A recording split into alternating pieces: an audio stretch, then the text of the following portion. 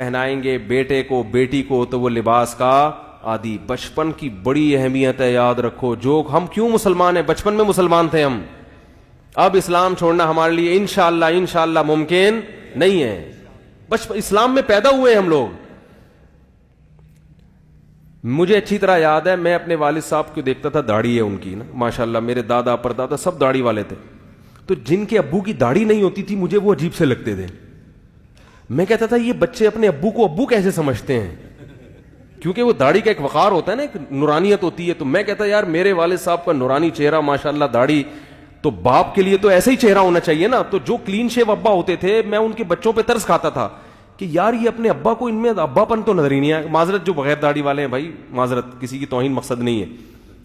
تو میں کہا ان کو اپنے ابا کیسے لگتے ہیں, وہ روحانیت تو آ نہیں رہی ان میں. ابا تو ببر شیر جیسا ہونا چاہیے نا. کیا ہو گیا بھائی باپ کا تو مطلب کیا ہے باپ. ہم اب والد صاحب کی داڑھی سے کھیلتے تھے, بڑا تھی بھی بڑی زبردست ماشاءاللہ گھنی داڑھی. وہ ایک انگریز, بھائی معذرت جو بغیر داڑھی والے بیٹھے ہیں, وہ ایک انگریز نے جو ہے نا ایک بچے کو گود میں اٹھایا, تو وہ بچہ چپ تھا. تو ایک مسلمان نے اٹھایا, بچہ ایک دم رونے لگا نا. تو انگریز نے داڑھی کا مذاق اڑایا, دیکھا تمہاری داڑھی ہے تو تمہاری شکل سے دہشت ٹپک رہی ہے, بچہ رو رہا ہے, اور دیکھو. تو انہوں نے کہا بھائی دیکھو تمہاری جب گود میں اٹھایا تو بچے کو پتہ نہیں چلا ابو کی گود میں امی کی گود میں. معذرت بھائی, معذرت جو بیٹھے میں پہلے پیش کی معذرت. بھائی اس کو امی کا لک آیا, ماں کی ممتا تو بچے تو ماں کی گود میں, اور جب ادھر آیا تو اس میں بھائی یہ تو ابا ہے. ابا تو بہرحال وہ ممتا تو نہیں دے سکتا نا جو ماں دیتی ہے.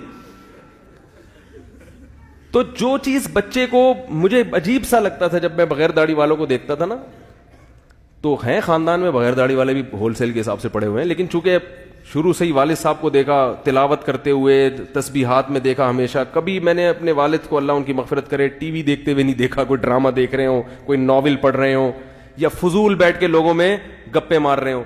تو ایک بڑا اچھا تقدس ایک باپ کا ذہن میں بن گیا.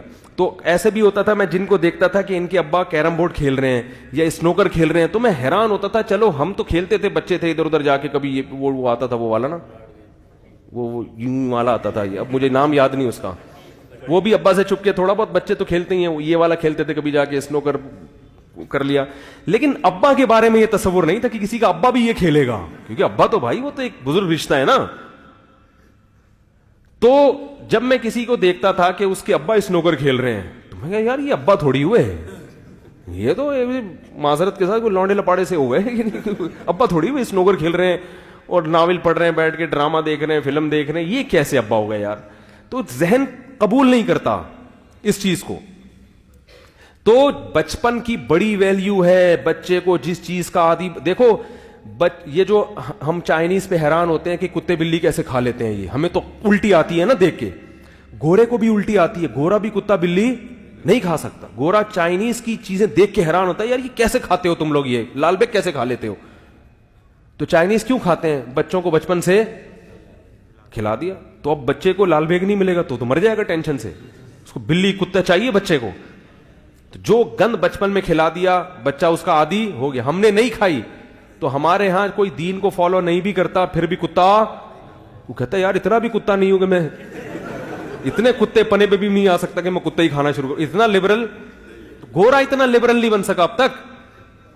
بچپن کی بڑی اہمیت ہے بھائی. جو بچے کو سکھاؤ گے, جس چیز جو ماحول دو گے, بچہ اسی ماحول کا عادی بنے گا. تبھی تو رسول اللہ صلی اللہ علیہ وسلم نے فرمایا کل مولود یولد علی الفطرہ فأبواہ یہودانہ او ینصرانہ او یمجسانہ.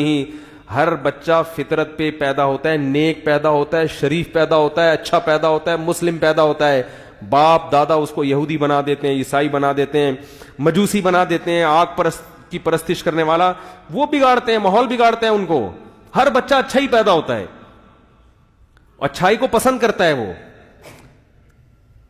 اب ہم نے بچیوں کو مختصر لباس پہنا دیے تو ان کی مزاج میں حیا نکل گئی. اور یاد رکھو اولاد کے دل سے اگر حیا نکل جائے تو پھر ابا اماں کی نہیں سنتے. وہ حیا ہی تو ہے جو انسان کو روکتی ہے, غیرت روکتی ہے. میرا باپ ہے, یہ میری ماں ہے, اس کے سامنے میں کیسے اونچی آواز سے بات کروں. لیکن جب شرم نکل گئی بس ختم. تو جب بیٹیاں جو ہے نا, بیٹیاں باپ کے سامنے جب ان کے سر پہ چادر ہو تو وہ زیادہ اچھی لگتی ہیں. آپ تجربہ کر کے دیکھ لیں, جوان بیٹی باپ کے سامنے سر پہ چادر رکھ کے بیٹھے گی, باپ کو اس پہ پیار زیادہ ہے. یہ رشتہ ایسا ہے. سگی بہن بھائی کے سامنے تھوڑا سا سمٹ کے بیٹھے گی, سر پہ چادر ہو تو بھائی کو وہ بہن زیادہ اچھی لگی. یہ رشتہ ایسا ہے, اللہ نے بنا, یہ چینج نہیں ہو سکتا. لیکن کھرچ کھرچ کے ہمارا معاشرہ تباہ ہو گیا, کھرچ کھرچ کے. اب نتیجہ کیا نکل رہا ہے کہ بہن کی جو ڈریسنگ ہے بھائی کے سامنے وہ اتنی معذرت, اتنی بےہودہ ہوتی ہے کہ حیا کا جو ایک وہ تھا عنصر وہ کیا ہو گیا, ختم. جب وہ ختم تو پھر وہ جو ایک تقدس تھا نا رشتے کا کہ یہ میری بہن ہے, میں نے اس کے لیے جان دینی ہے اور اس کا میں نے خیال کرنا ہے, اور یہ میرا بھائی ہے, اس سے میں نے نظر یعنی تھوڑا سا اس کے سامنے میں نے حیا کی لاج رکھنی ہے, کوئی ایسی حرکت نہیں کرنی جو معاشرے میں بری سمجھی جاتی ہو. تو یہ سب چیزیں حیا ختم ہونے سے ختم. تو نہ وہ بہن بھائی کی عزت کرے گی, نہ بھائی بہن کی عزت کرے گا. تو تڑاک سے باتیں, وہ ادھر جا رہی ہے پرس لڑکا, میں جا رہی ہوں, ٹھیک ہے نا, میں کسی سے پوچھ کے کچھ بھی نہیں کرتی, تو روک سکتا ہے روک لے. وہ کہتے ہیں تم جا رہی ہو تو میں بھی جا رہا ہوں.